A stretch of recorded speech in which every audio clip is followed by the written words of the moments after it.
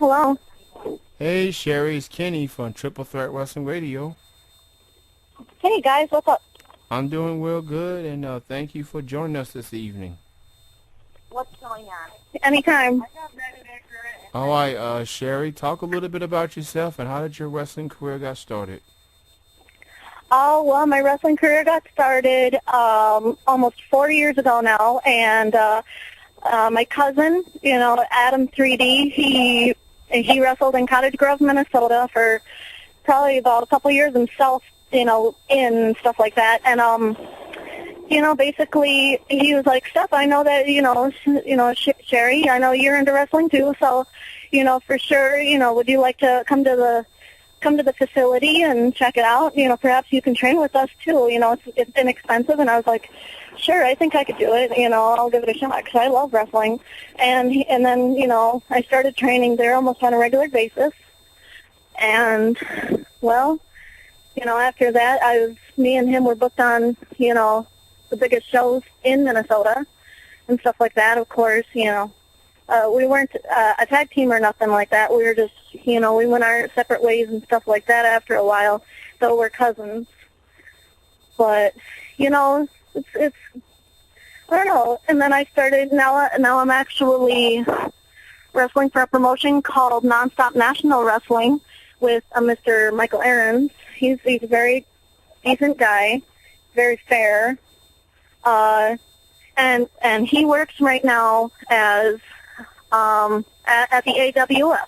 So if anybody has heard of Tony DiNucci, that's what it's all about. No, he runs he only hosts shows with the biggest and the greatest in Minneapolis. So, and that's where I got my start. Do you remember the first wrestling match you have ever had? And if so, who was your opponent, where was it located, and what company was it for? Oh my goodness. It was, let's see, the Buffalo, New York Wrestling Association right here in Buffalo, New York, and it was against Nikki Scorpio. She's very sweet. She's actually about 3 years younger than me. And so, of course, at this very, she's very, very decent. I would say she's by far the friendliest and the nicest person that you could ever meet. So, and she's a great grappler. She's a great worker. I love her. She's like practically my sister. How would you describe your wrestling style? I would describe it as I never want to get full of myself. I just say, hey, I'm only as good as I could be, and I still have room to grow. And do you like being the heel or do you like being the baby face? Well, at this very second, I'm a heel, and I think it's very enjoyable. I get to, get into people's heads, and without getting them too frustrated, of course. It's a lot of fun, though. Being a baby face, though, it has its advantages, even well after the shows, I'll still have people approach me, either or, and they'll be like, you're my role model and stuff like that, and I'm like, dude, I totally appreciate that. It's awesome. So I love my fans.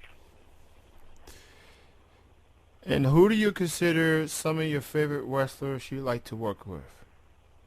I would say Ann Brookstone. She's fantastic. She's hard as nails, but she's awesome. Mystic, Recognize. She taught me so much, and I consider her to be my best friend. She's hooked me up with all sorts of things, and I love her for it. So, and then Eva Rose, who I believe no longer wrestles, but she's a sweetheart. She's. And go ahead. Oh no, there's a lot of girls. Don't get me wrong. I mean, there's a lot of girls who have taught me so much, but there's got to be room for the ones that are hard as nails. You can't all be nice, the sweethearts. Sometimes people tell me that, hey, Cherie, you're too nice. And I'm like, I'd rather be too nice than come off, like a jerk. So I'm a sweetheart in general, so I'm told. As long as people know the difference between the character than person who you really are, then I guess at the end of the day, that's what truly matters. I guess people get Oh, too caught up into the character that people don't really know who I the. can't live as my character just on the streets. I can't walk up the street and be like, get away from me. I don't want anything to do with you, It's like, but then, well after the fact, my personal friends are like, well, I love your work, you look great. And I'm like, and like I've been told before, hey, some people get bored after a while, and that's only because, hey, if you're tired of your gimmick and you're tired of how you look, then it's time for a change, and I absolutely love what I'm doing. I could care less about some stupid gimmick. I'm myself, and that's all that's important. Well said. I'm joined with Cherie Roy here on Triple Threat Wrestling Radio. Getting to the second half of the show. Now, Cherie, do you have any upcoming shows, appearances you would like to promote? Yeah, we actually, for the NNA and the NNW, we have August 20th, and we're going to be sponsored by, we're getting hooked up with Target right now, so we got a lot of stuff in the works as well. Mr. James Shackelford out of Chattanooga, and so he's going to hook us up. So we, August 20th, right here in Minneapolis. Who do you consider as influences in your wrestling career? Oh my gosh, I've watched like TNA and WWE, even Ring of Honor for years, and I've grown up with it almost as like second nature. So, and I would say Natalya Neidhart. I think, very, very huge influence in women's wrestling.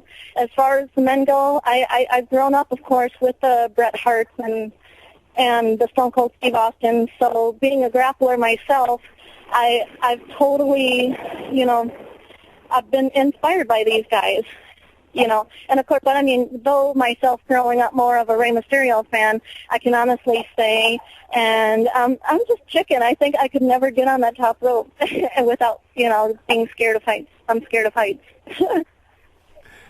All right, and my next question for you, Cherie, is what are some other goals you'd like to set for yourself? Do you see yourself maybe one day going to WWE, TNA? Do you see yourself traveling more? What are some goals you'd like to set for yourself? Goals I would like to set for myself. Boy, I mean, I think as far as going to TNA or WWE, even, being a Ring of Honor or something like that, high goals, they do look promising. I would love to give them a shot, see how far that would get me. I'm actually quite comfortable almost right where I'm at. I'm around friends and family. I'm around, people that I've, grown to know and like. And so I'm in my comfort zone. And traveling a lot already. I got some stuff coming up with rock and roll wrestling as well with Buck Zumoff. And so that's not until probably like September-ish, so that's going to be great. Working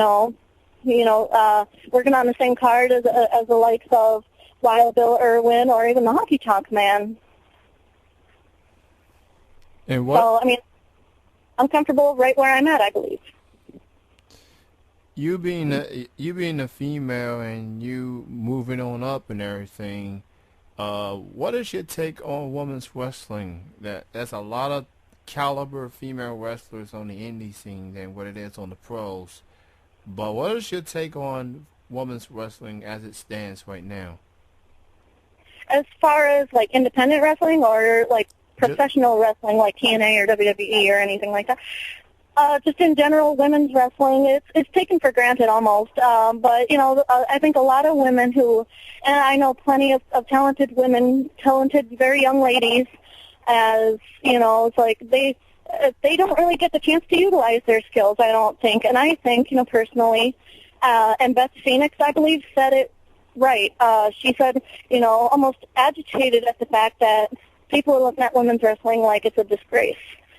And women like Beth Phoenix are, they're powerful, and you got to love them for it because she stands her ground, and I think all women should be like that.